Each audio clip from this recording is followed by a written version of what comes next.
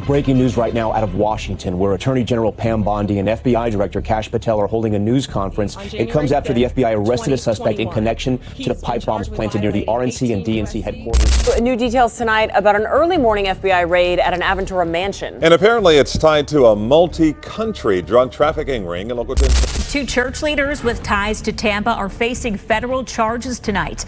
They're at the center of what investigators are calling a multi-million-dollar conspiracy. 3:47 a.m. A burner phone vibrates on a glass nightstand. One line of text. 4 words that change everything. They know. Burn everything. Inside a waterfront mansion in Coral Gables, a man in a silk robe stares at the screen.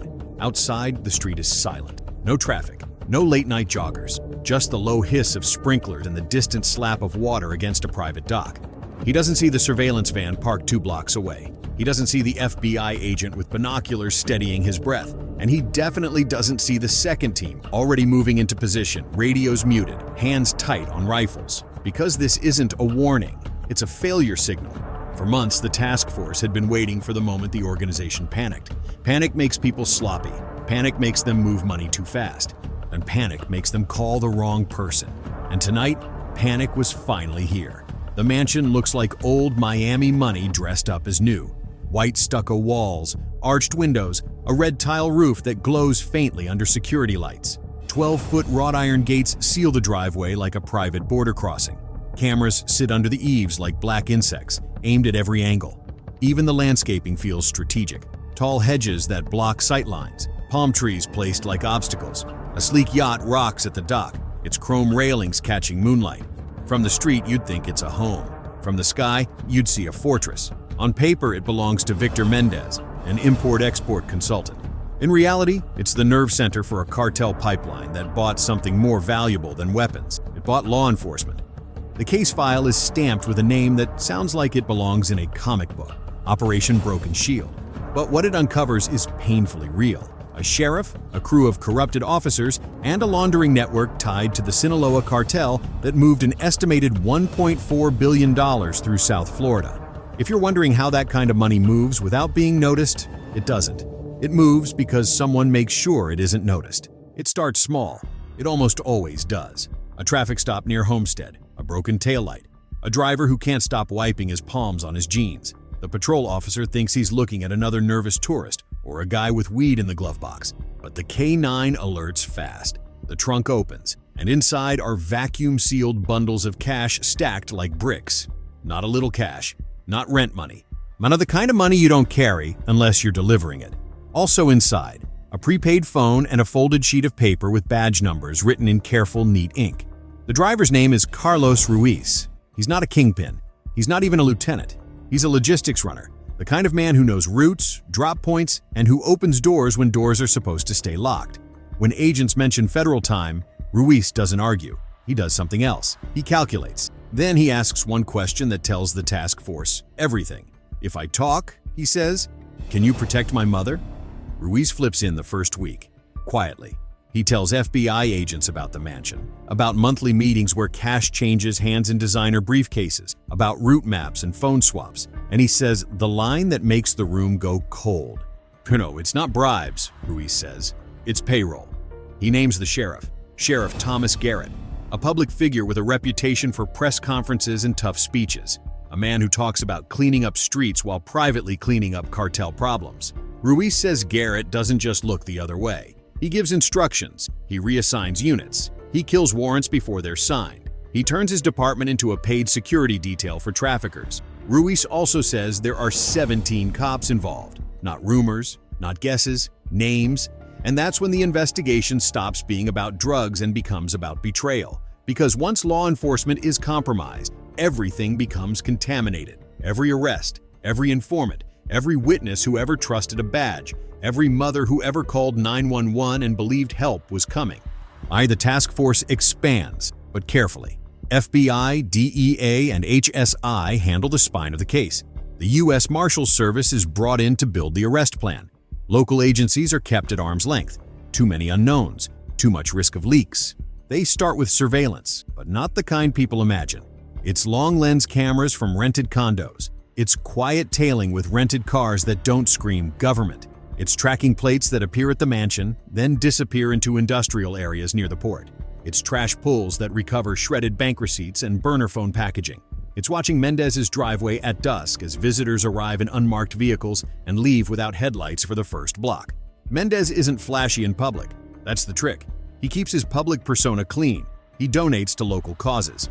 And he attends charity events in a tailored suit. He smiles for photographs with community leaders. He plays the role of an immigrant success story who built a business. But behind the gates, the mansion operates like a checkpoint, not for drugs, for permission. Ruiz explains how the cartel shipments move: trucks, boats, hidden compartments, short flights that land on private strips. But he says the lifeblood isn't the product. It's protection. It's predictable roads, predictable schedules, predictable outcomes. And when someone disrupts that predictability, people die. Every tipped-off raid means drugs flood neighborhoods where kids walk to school. Every sabotaged investigation leaves families waiting for justice that never comes. The harm doesn't arrive all at once. It arrives slowly, like water rising in a room. First, a neighbor who starts using. Then, a cousin who overdoses. Then, a block where nobody lets their children play outside anymore.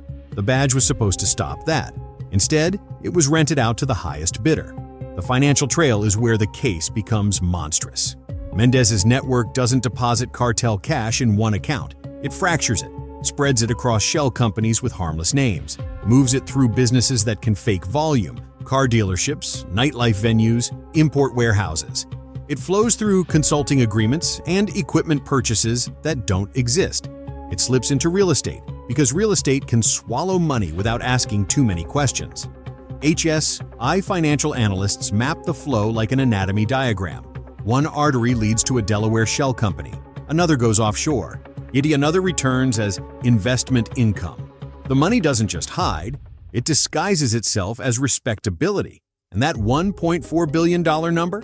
It isn't just a headline figure. It's every life destroyed by addiction, every family torn apart, every community left to rot while corrupted officers look the other way. The FBI's cyber team gets the breakthrough no one expects. Mendez uses encrypted apps and burner phones. He rotates devices constantly. He uses coded language, standard cartel tradecraft, but he makes a mistake common to men who believe they're untouchable. He repeats patterns, same phrasing, same timing, same sequence of calls after cash pickups. The cyber unit doesn't need to crack the entire universe. It needs one scene, one slip, one reused credential. When they find it, the sealed world opens. Messages about shipments, messages about cash, messages about the sheriff. Not rumors anymore, not a cooperating witness's story. Digital proof, written by the conspirators themselves. One exchange stands out. It's short, it's deadly. Port is hot, Mendez texts. Not tomorrow, comes the reply. I'll move the units. That reply, prosecutors will argue later, is the moment Garrett stops being corrupt and becomes a co-conspirator. Now the task force moves into controlled pressure. They don't raid immediately. They need depth. They need to know how wide the rot spreads and where it stops. They need clean evidence that survives court. They need to identify the 17 cops without tipping them off. So they set traps. They feed controlled information through channels that only the crooked officers should see. A fake warrant request, a staged surveillance operation, a planned raid that doesn't exist. Then they watch to see who reacts, who calls who suddenly disappears from duty, who shows up at the wrong place at the wrong time. The results are immediate. A suspicious officer requests an unplanned schedule change. Another tries to access a database he has no reason to touch. A third makes a call from a personal phone to a number already tied to Mendez. It isn't dramatic on the surface. No sirens, no gunfire, just patterns, and patterns don't lie. Meanwhile, Ruiz becomes a living piece of evidence. He wears a wire to a meeting with one of the detectives. The recording catches quiet phrases, almost casual. Payroll hits Friday. Sheriff says, keep it clean. Next week we move something big. The task force hears it all. So does a federal judge later. But it's the human cost that makes the room go silent. Ruiz says something nobody can unhear. When cops protect shipments, he says, the cartel doesn't just sell drugs, they own streets. The final decision comes from the Department of Justice after prosecutors review the evidence package. It's time. Simultaneous arrests. No staggered takedown. No warnings. At 4:30 a.m., more than 200 federal agents assemble at staging points across Miami-Dade County. FBI SWAT teams handle the mansion.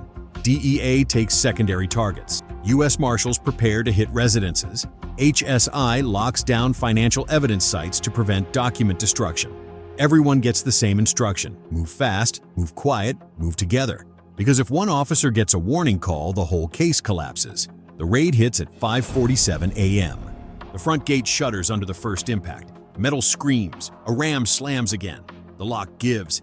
Agents flood the driveway, boots flashing over wet stone. They move past decorative fountains, past a row of luxury cars parked like trophies. Inside, the air smells like expensive cologne and stale smoke. Mendez is in the master bedroom. He's not holding a gun. He's holding paper, a stack of documents, and a lighter. He tries to ignite the corner, but an agent grabs his wrist and twists. The lighter clatters onto marble.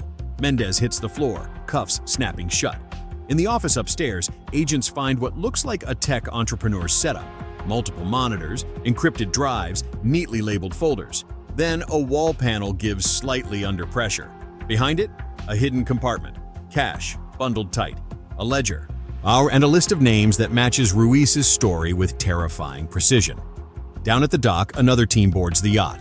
They find a false panel beneath a seating bench. Not drugs, tools, GPS devices, two-way radios, a laminated schedule of port patrol shifts. This wasn't just trafficking, it was planning. At the same time, Sheriff Garrett is arrested outside his home as he steps toward his department-issued SUV. He's wearing his uniform, badge polished, gun belt strapped. The image alone is a scandal. He doesn't shout, he doesn't run. He tries something else. He tries authority. He tells the agents they're making a mistake. He demands names. He demands supervisors. He demands respect. Then an FBI agent plays a recording into the cool morning air. Garrett's voice, calm, confident. "Move the shipment Thursday," the voice says. "I'll make sure the dogs are reassigned." Garrett's face drains of color. The 17 cops fall in hours. Some at home, some on duty, some in parking lots before sunrise. One detective tries to ditch a phone in a storm drain. An agent retrieves it with gloved hands like it's a venomous animal. Another officer breaks down, whispering that he only did it because his debt was crushing him. But excuses don't erase damage. Investigators later connect this corruption ring to sabotaged cases, delayed warrants, and a string of violent retaliations between rival crews. And when communities learn the details, the anger is immediate. For the neighborhoods betrayed, the arrests bring relief, but not closure. Trust doesn't snap back like a rubber band. It fractures like glass. The courtroom phase is less cinematic, but more final. When prosecutors bring encrypted messages, financial records, and cooperating witness testimony, they build a racketeering narrative, a criminal enterprise that used law enforcement as its shield. Mendez's defense tries to paint him as a businessman targeted by paranoia. Garrett's defense tries to claim political ambition behind the case. The jury doesn't buy it. Garrett is convicted and sentenced to 45 years in federal prison. Mendez receives life. The other officers, depending on their deals, face long stretches that erase careers and futures. But the government isn't done. Asset forfeiture begins. The mansion, the luxury cars, properties bought with laundered money, bank accounts tied to shell companies. The goal isn't revenge, it's to break infrastructure. To make sure the cartel can't simply replace men and continue operations without losing the machinery that kept it running. And still, the question lingers. How many more networks exist like this? How many communities are living under invisible occupation, not by soldiers, but by corrupted systems? If you've made it this far, you already know the most terrifying detail isn't the money. It's the method. The cartel didn't have to outgun the police, it bought them. If you want more stories like this, subscribe and tell me which case to cover next. And if you've ever experienced corruption firsthand, share what you can in the comments. Your perspective matters. What would you do if you were the analyst who cracked that first seam in the encryption, knowing it would destroy careers and expose a sheriff? Would you push forward anyway, knowing some people would never forgive you? Remember, this story is a work of fiction created for educational and entertainment purposes. If you found this compelling, let me know what operation you'd like to explore next. Thanks for watching.